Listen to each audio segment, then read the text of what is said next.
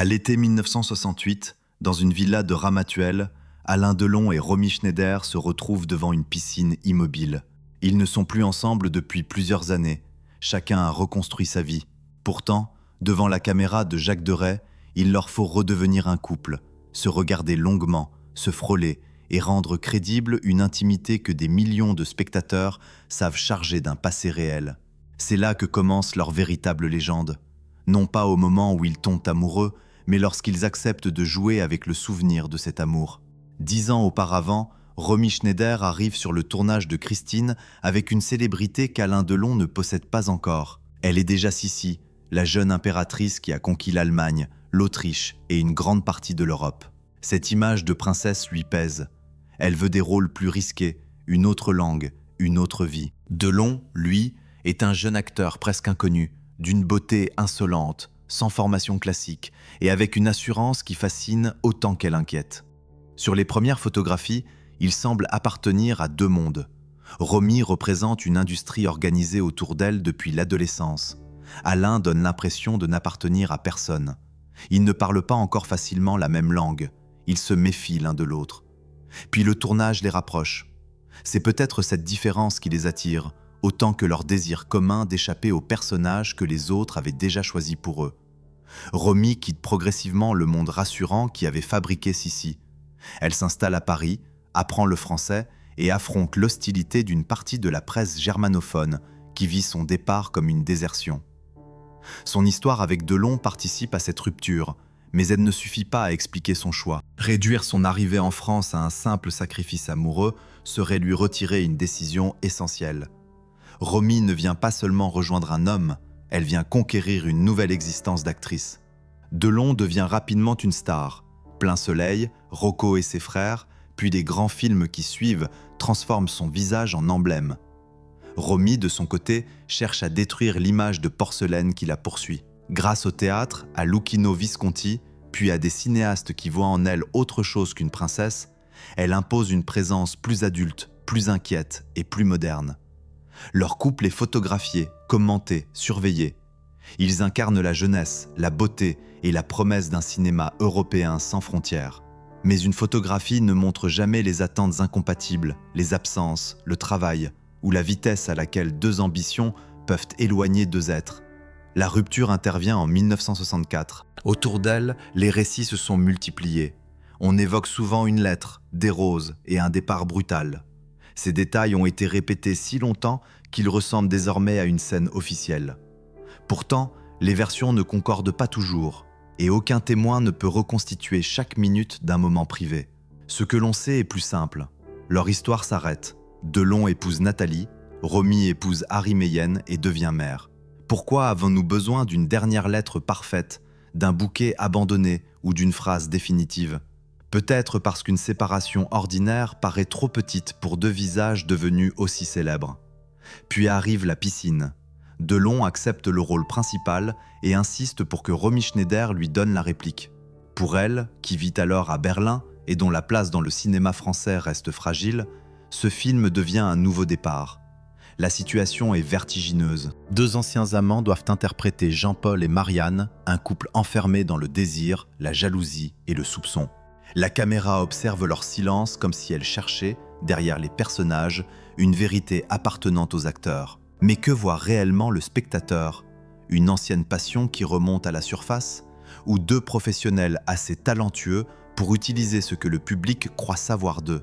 Le film triomphe. Plus de 2 millions de spectateurs viennent contempler cette piscine, ces corps et cette violence contenue. Romy retrouve une place centrale en France. Bientôt, Claude Sautet lui offre certains de ses plus beaux rôles. Elle devient non plus l'ancienne fiancée de Delon, mais l'une des grandes actrices du cinéma français. Voilà le paradoxe. L'image qui immortalise le couple contribue aussi à libérer Romy de l'image du couple. Delon ouvre une porte, mais c'est elle qui la franchit et transforme cette occasion en carrière. Après la mort de Romy Schneider en 1982, Alain Delon entretient publiquement son souvenir.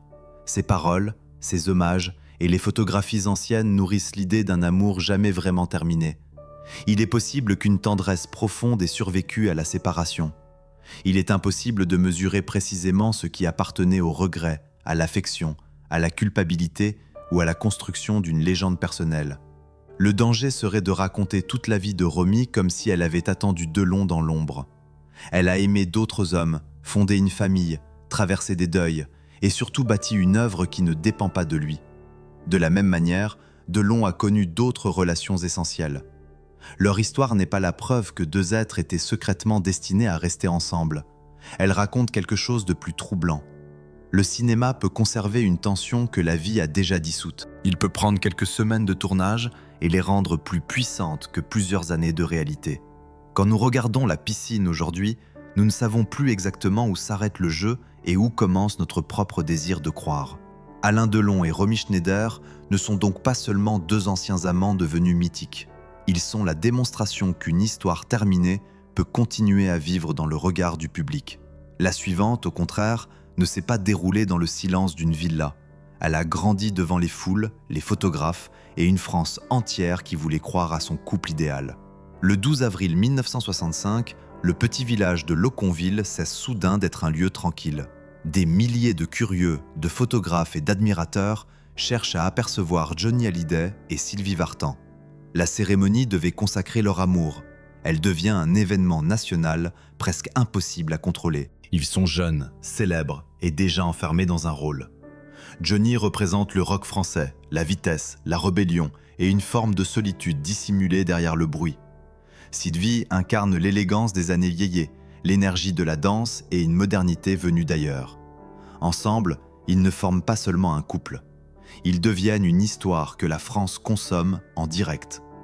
Peut-on encore vivre un mariage normalement lorsque des inconnus pensent en posséder une partie ? Ils se sont rencontrés au début des années 60, alors que leurs carrières prennent leur envol. Les tournées, les émissions de variété et le cinéma les rapprochent. Dans D'où viens-tu, Johnny ? Leurs images se répondent déjà comme si l'industrie avait compris la valeur du couple avant même que leur vie commune ne soit stabilisée. À cette époque, la presse destinée à la jeunesse fabrique une proximité nouvelle entre les vedettes et leur public. Les lecteurs ne veulent plus seulement connaître une chanson. Ils veulent savoir qui aime qui, où les artistes passent leurs vacances et ce qu'ils se disent loin de la scène.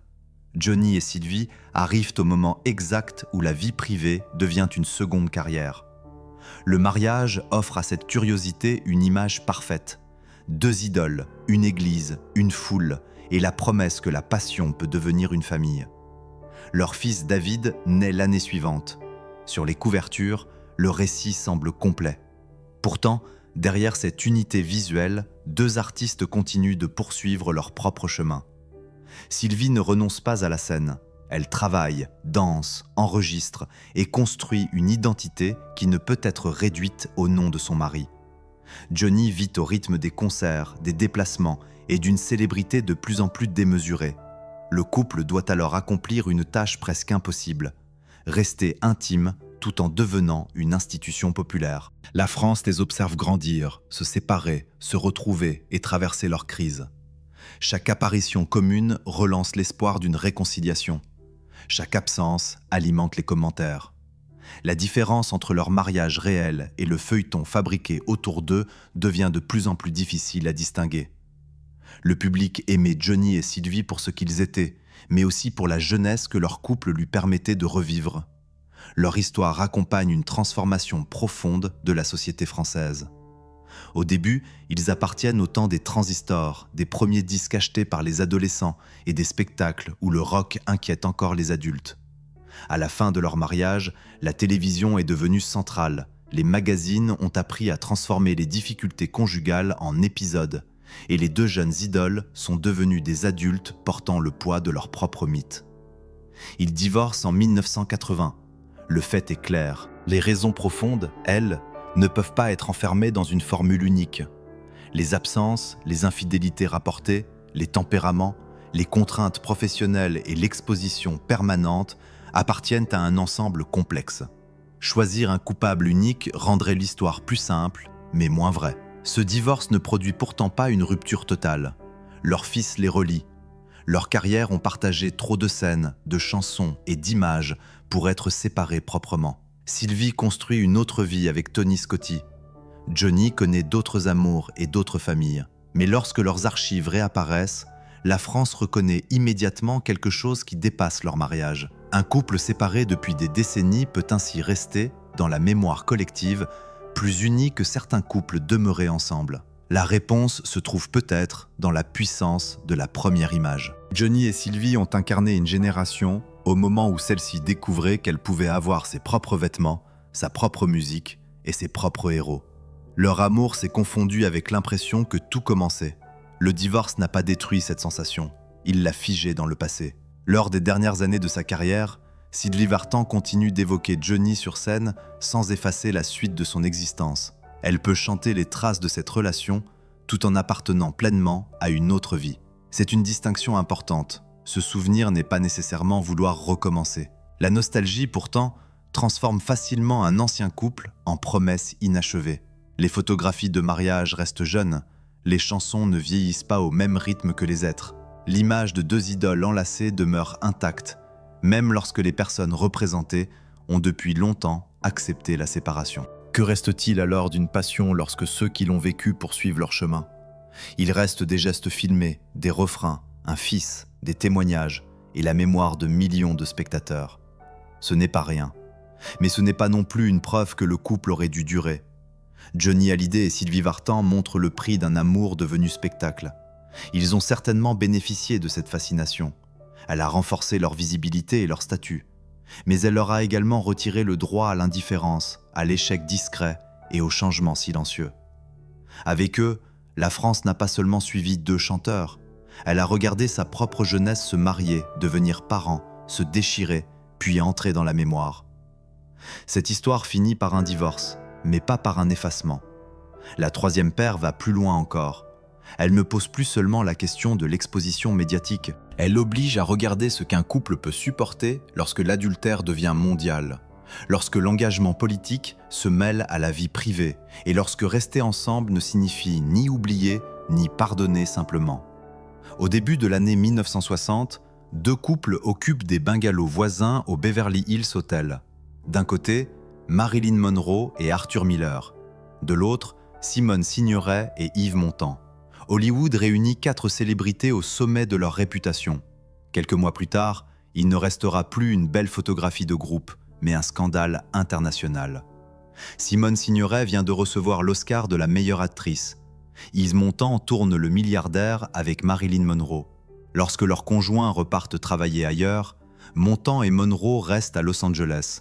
Leur liaison fait bientôt le tour du monde. Comment réagit-on lorsqu'une trahison privée devient une information publique avant même d'avoir pu être comprise dans l'intimité?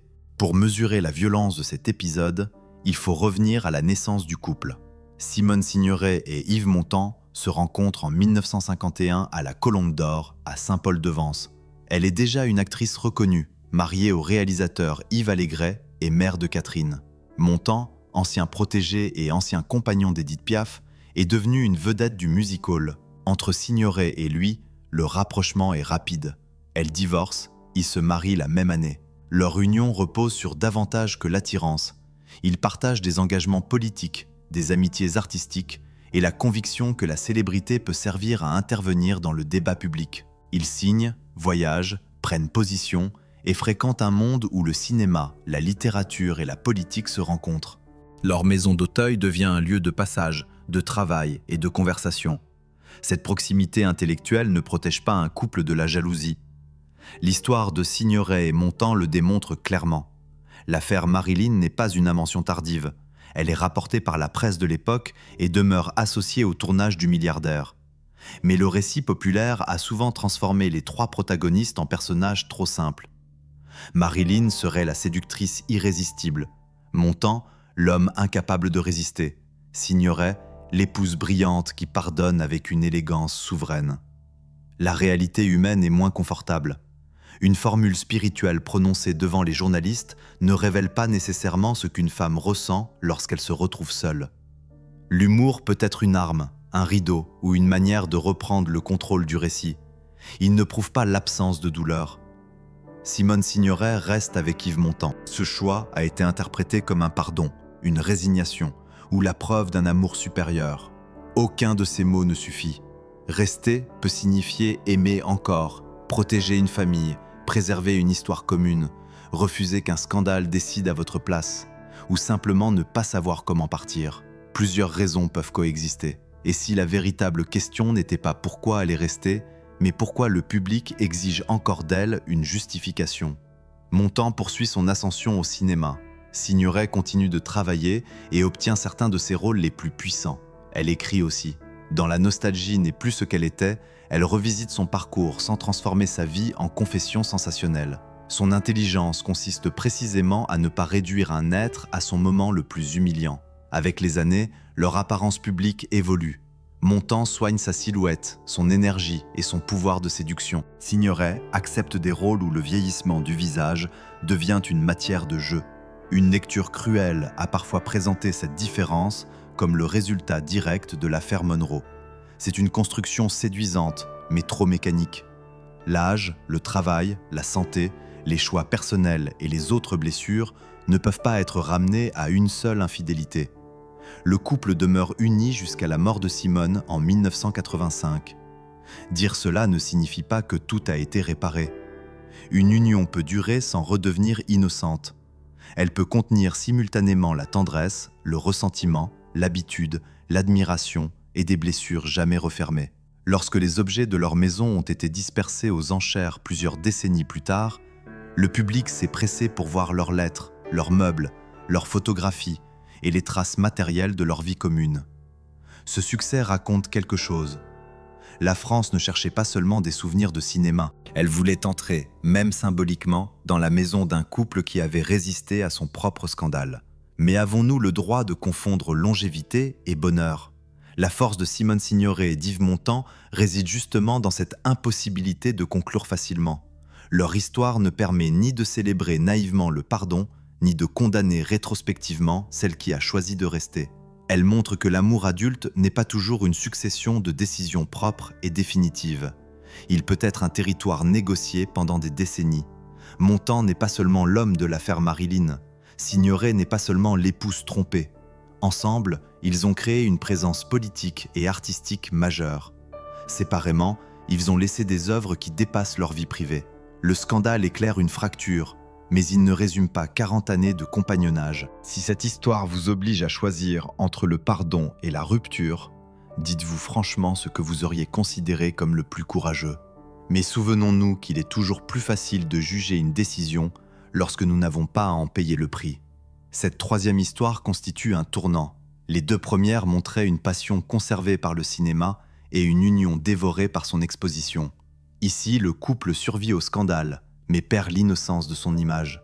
La paire suivante connaîtra une autre forme de survie. Elle se séparera, pourtant la musique refusera de laisser les deux artistes devenir complètement étrangers. Dans un studio, deux voix s'approchent du microphone. Celle de Serge Gainsbourg est grave, presque détachée. Celle de Jane Birkin paraît plus fragile, plus haute et plus proche du souffle. Lorsqu'ils enregistrent « Je t'aime », moi non plus, ils ne savent pas encore que quelques minutes de musique vont emprisonner leur couple dans une image mondiale de sensualité et de provocation. La chanson existait avant Jane. Gainsbourg l'avait d'abord enregistrée avec Brigitte Bardot, qui lui demanda de ne pas publier cette première version. Avec Birkin, le morceau trouve une nouvelle incarnation. Lorsqu'il paraît en 1969, il provoque interdiction, commentaires et fascination. Pour beaucoup, Serge et Jane deviennent inséparables de ce disque. Mais une relation de 12 années peut-elle être comprise à travers une seule chanson ? Ils se rencontrent pendant le tournage de Slogan en 1968. Jane Birkin vient de Grande-Bretagne.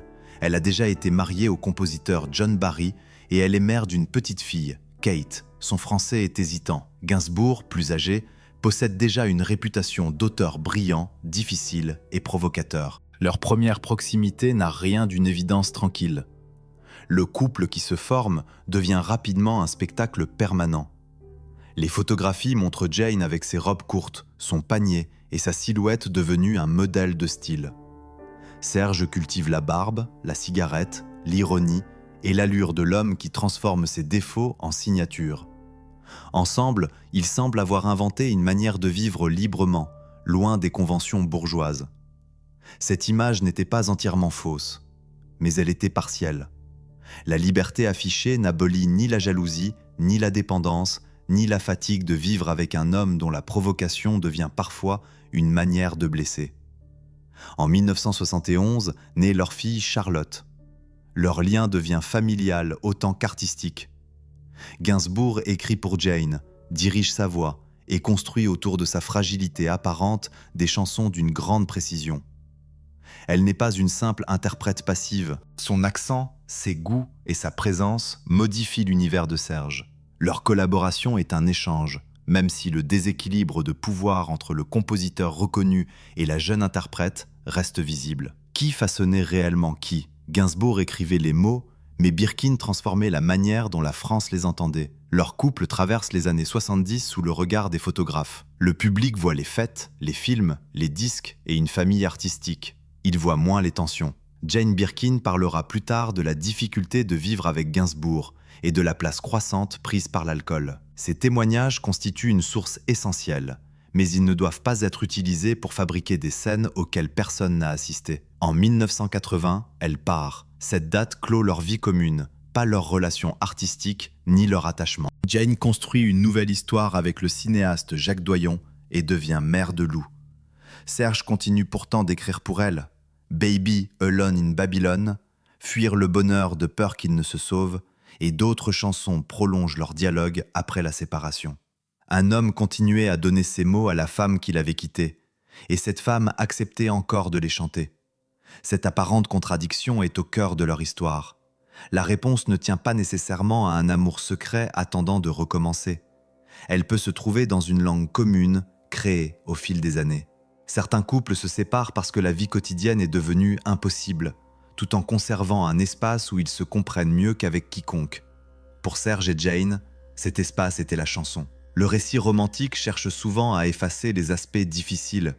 Il présente Gainsbourg comme un génie blessé et Birkin comme la muse capable de tout pardonner. Le récit inverse peut être tout aussi réducteur, s'il ne voit plus qu'une relation toxique et retire aux deux artistes leur complicité, leur humour et leur puissance créatrice.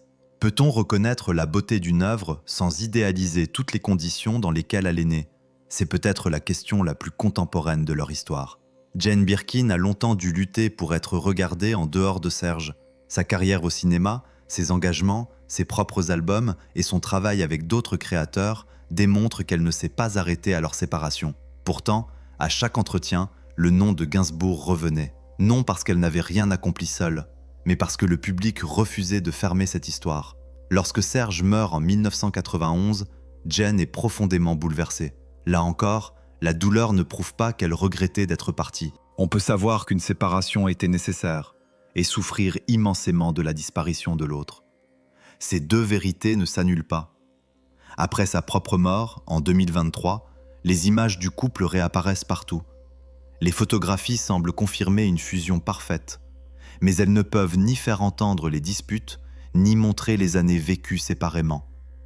Elles conservent ce que l'objectif savait saisir, une proximité rare, une esthétique commune et la sensation que Paris leur appartenait. Serge Gainsbourg et Jane Birkin ont-ils été le couple libre qu'ils prétendaient incarner, ou deux êtres enfermés par la légende de leur liberté? La réponse se trouve probablement entre les deux. Leur histoire prouve surtout qu'une rupture n'efface pas nécessairement la création partagée. Ils ont cessé d'habiter ensemble, mais ils ont continué à habiter les mêmes chansons. C'est une forme de fidélité qui ne ressemble ni au mariage, ni à la réconciliation. La dernière histoire sera encore différente. Il ne restera ni possibilité de revenir, ni carrière parallèle poursuivie pendant des décennies. Un accident interrompra brutalement la relation. Des lettres et une chanson donneront alors au public l'impression de connaître l'amour le plus tragique de France. Mais les documents racontent-ils exactement la même histoire que la légende? Le 28 octobre 1949, un avion d'Air France reliant Paris à New York s'écrase sur l'île de São Miguel, dans l'archipel des Açores. Il n'y a aucun survivant. Parmi les passagers se trouvent la violoniste Ginette Neveu et Marcel Cerdan, ancien champion du monde des poids moyens. À New York, Édith Piaf l'attend. À partir de cet instant, leur relation cesse d'appartenir seulement à deux personnes. Elle entre dans la mémoire collective française. Édith Piaf et Marcel Cerdan se sont rapprochés à la fin des années 40, alors que tous deux connaissent une gloire internationale. Elle conquiert le public américain avec une voix qui semble contenir une vie entière. Lui est le boxeur français le plus célèbre de son époque, admiré pour sa puissance, sa simplicité et son courage sur le ring. Leur histoire possède tous les éléments d'un grand récit populaire. La chanteuse et le combattant, Paris et New York, les hôtels, les voyages, les séparations, les lettres, et enfin, la catastrophe. Était-elle donc destinée à devenir une légende, ou avons-nous réorganisé les faits après la mort de Cerdan pour leur donner la forme parfaite d'une tragédie? Un élément complique immédiatement le conte. Marcel Cerdan est marié à Marinette et père de 3 garçons. Leur famille n'est pas un détail gênant que l'on peut faire disparaître au profit de la romance. Édith le sait, leur liaison doit composer avec les déplacements du boxeur, les tournées de la chanteuse et cette autre vie qui continue d'exister. La correspondance publiée des décennies plus tard fournit la preuve la plus solide de leur passion. Des dizaines de lettres échangées en 1949 montrent l'impatience, la tendresse, les difficultés de la distance et le besoin de se rejoindre. Contrairement à tant d'histoires de célébrités fondées sur des témoins tardifs, celle-ci possède les mots écrits par les 2 protagonistes. Mais une lettre d'amour dit-elle toute la vérité d'une relation? Elle révèle ce que l'on ressent au moment d'écrire. Elle ne montre pas les hésitations silencieuses, les contradictions, ni ce que chacun décide de taire. Cerdan devient champion du monde en battant Tony Zalé en 1948. L'année suivante, il perd son titre face à Jake LaMotta après avoir été diminué par une blessure. Il prépare sa revanche. Son voyage vers New York n'est donc pas seulement un déplacement amoureux. Il appartient aussi à sa carrière, à ses obligations et à l'espoir de retrouver le sommet. Le récit le plus répandu affirme que Piaf, impatiente de le revoir, lui avait demandé de choisir l'avion plutôt que le bateau. Cette version a nourri l'idée d'une culpabilité insupportable. Elle est reprise dans de nombreuses biographies. Pourtant, même lorsqu'un fait est vraisemblable, nous devons résister à la tentation d'inventer la conversation, le ton de la voix ou les dernières pensées. Personne ne peut rejouer cet appel téléphonique avec certitude. La catastrophe transforme chaque détail antérieur en présage. C'est particulièrement vrai pour l'hymne à l'amour. On raconte encore parfois que Piaf aurait écrit la chanson après la mort de Cerdan. C'est faux. Le texte existait auparavant. Elle l'avait déjà interprété à New York en septembre 1949, plusieurs semaines avant l'accident. Elle l'enregistrera en studio en mai 1950. Cette chronologie rend-elle la chanson moins bouleversante? Au contraire, les paroles imaginant la disparition de l'être aimé existaient avant que la réalité ne les transforme en prophéties involontaires. Le public n'entendra plus jamais le morceau de la même manière. Après l'annonce de la mort de Cerdan, les récits sur la soirée de Piaf varient dans certains détails. La tradition raconte qu'elle est montée sur scène et qu'elle a chanté pour lui. Ce qui importe ici n'est pas de reproduire une scène parfaite minute par minute, c'est de comprendre comment, presque immédiatement, la femme réelle et l'interprète se sont confondus aux yeux du public. Piaf souffrira ensuite de problèmes de santé, de dépendance et de nombreux accidents. Il serait tentant de faire de la mort de Cerdan la cause unique de tout ce qui suivit. Ce serait oublier la violence de sa vie antérieure, ses maladies, son rythme de travail, ses autres relations et sa propre manière de construire sa légende. Une grande douleur peut modifier une existence sans expliquer chaque événement futur. Pourquoi préférons-nous croire qu'elle ne s'est jamais remise d'un seul homme? Parce que cette version ressemble aux chansons qu'elle interprétait. Elle offre une cohérence tragique à une vie qui, comme toutes les vies, était beaucoup plus désordonnée. Édith Piaf a aimé après Marcel Cerdan. Elle a travaillé, créé, épousé et continué à monter sur scène. Reconnaître cela ne diminue pas leur histoire. Cela empêche simplement de transformer une femme en veuve éternelle d'un homme qui n'était pas son mari. La famille de Cerdan mérite également d'exister dans le récit. Pendant longtemps, la légende populaire a placé Piaf au centre et relégué Marinette ainsi que les enfants à l'arrière-plan. Un documentaire honnête ne doit pas décider que la passion la plus spectaculaire est automatiquement la seule vérité importante. Alors, que reste-t-il lorsque l'on retire les embellissements? Il reste 2 célébrités réellement amoureuses. Il reste la difficulté d'une relation clandestine. Il reste des lettres. Il reste un champion qui prend un avion pour New York et meurt avec 47 autres personnes. Il reste une chanteuse qui doit continuer sans lui. Et il reste une œuvre capable de transformer une douleur particulière en émotion universelle.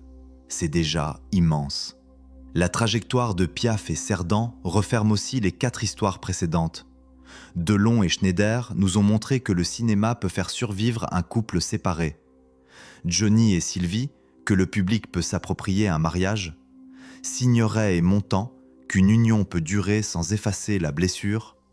Gainsbourg et Birkin, qu'une séparation peut laisser intacte une langue artistique. Piaf et Cerdan révèlent enfin ce qui se produit lorsque la mort interdit toute suite et laisse le champ libre à la légende. Parmi ces 5 histoires, laquelle vous paraît la plus profondément humaine et laquelle a selon vous été le plus déformée par la mémoire collective? La réponse mérite mieux qu'un jugement rapide, car ces couples ne nous appartiennent pas. Seuls leurs films, leurs chansons, leurs lettres et leurs silences sont devenus les nôtres. La France n'a pas conservé ses amours parce qu'elles étaient parfaites. Elle les a conservés parce qu'elles étaient inachevées, contradictoires et impossibles à enfermer dans une seule vérité. Derrière les icônes, il restait des êtres qui tentaient d'aimer sous le regard de millions d'inconnus. Et c'est précisément là que le mythe s'arrête et que commence l'histoire.